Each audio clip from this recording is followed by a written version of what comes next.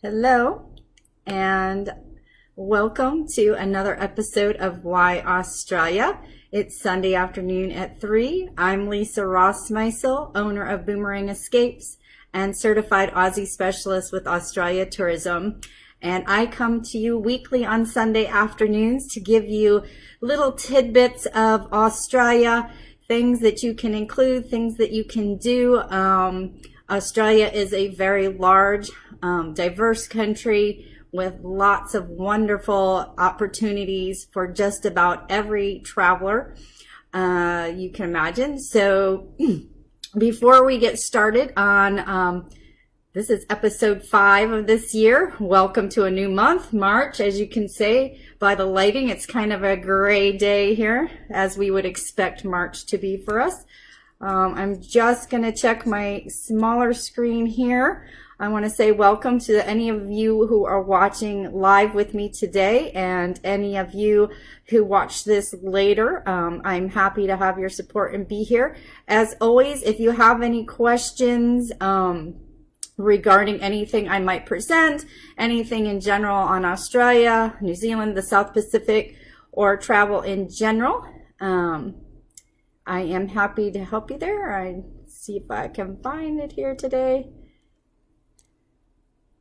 Let me just go to the page.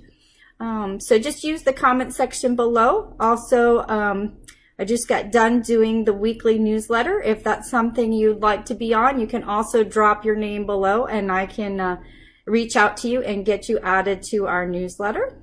There we go. Now I can see. All right. So now I can see both places. Hopefully.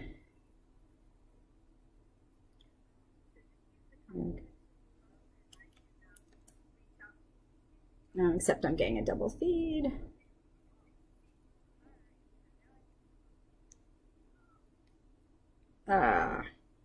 Every week I have a little glitch, don't I? All right, well, there we go.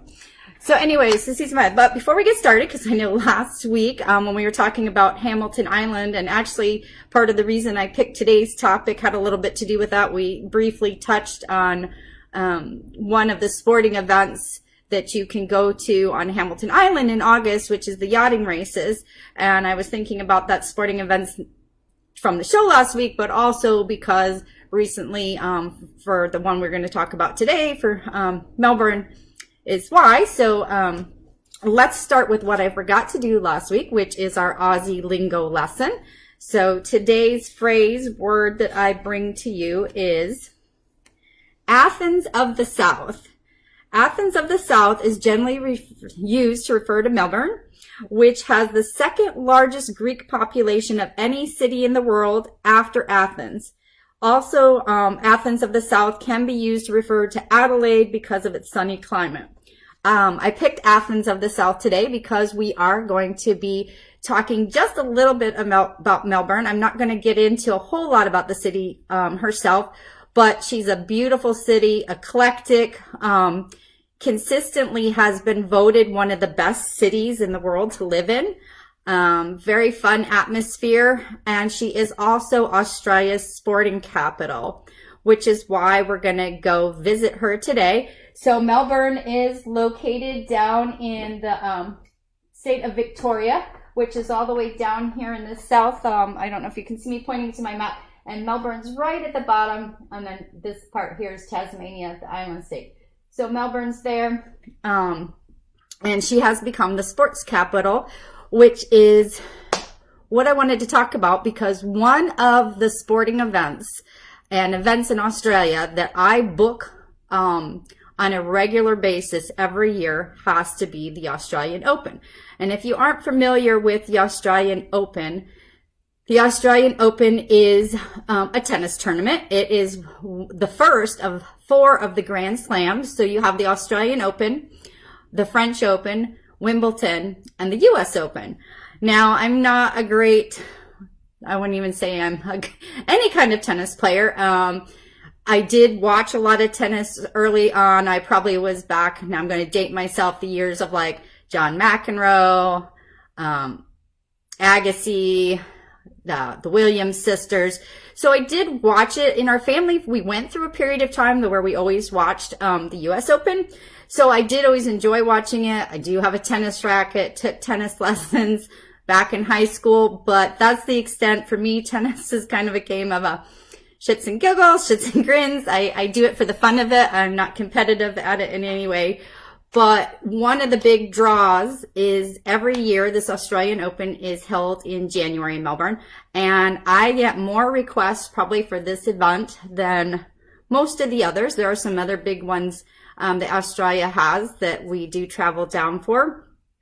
But so the Australian Open has been taking place at Melbourne Park now since I know I wrote the year down. I thought I wrote it down. Oh. Quite a few years. I think it's like 51. Yeah, I thought I wrote the number down, but I didn't write the number down. But anyway, the Open has the men's and women's singles, the men's, women's, and mixed doubles, juniors, wheelchair, legends, and even exhibitions. Up until 1988, the tennis matches were played on grass courts. Now, since 2007, the courts at the Melbourne Park are blue plexi cushion. So that's currently what they play on. Oh, there, now I found that. So the Australian Open has been going on since 1905. So it's been around a long time. Here we are in 2019. So a big tennis tournament, but the park also, besides hosting this big tennis tournament event, also has basketball, netball, music concerts. It has hosted ice skating, swimming competitions, and motorsports. And that's what I was saying too before. Melbourne really is Australia's sports capital. I'm actually going to drop below after we get off the live today my blog that I'm using this week, which is a blog I wrote about the different events that are available in Melbourne. This is just one. Like I said, it kicks off in January. I probably would say for the past 5 years, I've had clients down there attending the event. I know I've had some ladies that went down on a girls' trip this year, sent me some lovely pictures with their big smiles of them sitting at the tennis tournament. And I just wanted to talk to you today as far as logistics, a little bit on pricing and stuff and the availability of this. Again, we have mentioned over the course of our show here that December, January, and February are peak season in Australia for travel. Not only is it the holidays, their kids are out, you know, they're on holiday as well because it's their summertime. So of course, summertime, it's the best weather.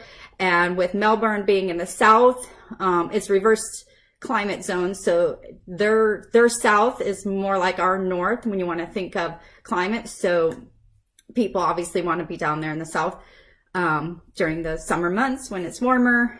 And I have recommended that this is something that you plan a year out, 11, 12 months out. You know, I can't look at air until we're about 11 months out, but I definitely can start planning for the next event. So this year's Australian Open just finished, I believe, on the 27th of January. I think it ran January 14th to 27th. Like I said, it runs every January. So when I'm planning this and you want to incorporate that, that's something we're going to start looking at tickets beforehand. I know I've booked them with only a few months out. Something to be aware of, usually when I'm booking the tickets can be a non-refundable portion that they're going to want the full price of the ticket. Most of the time, my clients are opting for a ticket that's running about $250 per person. I'll get into that in just a second. But like I said, it's a non-refundable. So when we're doing your itinerary and selecting dates, when we put that tennis component in, we need to know that, okay, yes, January 16th, I want to be at the tennis tournament because we don't want to make any changes at that point once we book the tennis. Now, the ticket that I was talking about that runs to the $245, $250 a person rings in my head. There are various categories, like any sporting event that you go to that you're probably used to here in the States, whether, whether you're in the high rise, the nosebleeders, or down close to the action is going to vary in price. But one of the tickets that we sell a lot is what's a category 2 ticket. And it's kind of midsection of the seatings, about halfway up. And it also includes a food package. So it has availability. The food and beverage vouchers are good to use at the dining options while you're there at the tennis tournament, but they don't carry over.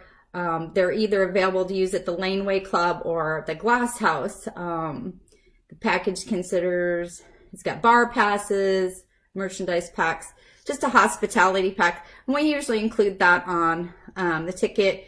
All the information is usually, here's an example of one of my itineraries.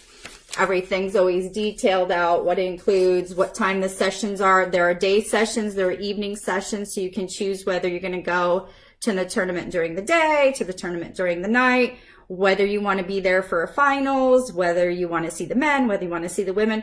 We can sort all that out. Like I said, it runs over a 2-week period, roughly. No, yeah, just over. Yeah.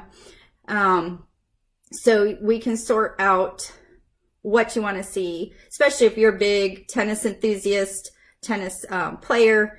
I highly recommend this. I have not had any client come back that hasn't expressed how that was a great part of their trip. And we've even actually built their whole itinerary around the tennis tournament. Now you can do this one of 2 ways. The girls I spoke of earlier that just came back from their ladies trip, we actually did a concentrated Victoria or Melbourne trip. So they had a single hotel in Melbourne for the entire time of their trip. And then we did day trips off each day. They had their tennis ticket day. They did penguins. They did, wildlife. They did a wine tour. They even did a day trip up to Sydney and back. So that was one thing where they pretty much stayed centrally located in Melbourne. But another thing is if I'm building and maybe you're doing something that I might reference as an East Coast discovery where you're going to hit the capitals on the East Coast, Melbourne, Sydney, and go then maybe go up to the Great Barrier Reef. We can still incorporate that where you go in January there and you work your way up. Just remember, the farther north you go, the hotter it's going to get. So when you're traveling in January, there's things to consider when we get up north to Queensland. But either way you want to do it, whether you want to stay focused, spend your whole time in Victoria or the south part of Australia, we can do that, or we can incorporate several other cities as well. And I just wanted to highlight that. Like I said, gosh, we're already in March, so January just happened, and this is the type of thing. I know I'm already working on people for January of 2020. So this is an event that is something that you start planning ahead of time. And again, anything for December, January, February for Australia, we're going to plan ahead of time. So until next Sunday, keeping this one short and sweet, take care. Have a great week. Any questions on Australia, drop them below. If you want to get hit up on our newsletter, please send me a message below, and then I will share that article that I have for you about Australia, about Melbourne being Australia's sports capital. All right. Until next time, this is Lisa Rossmeissl, your Australia travel expert. Take care.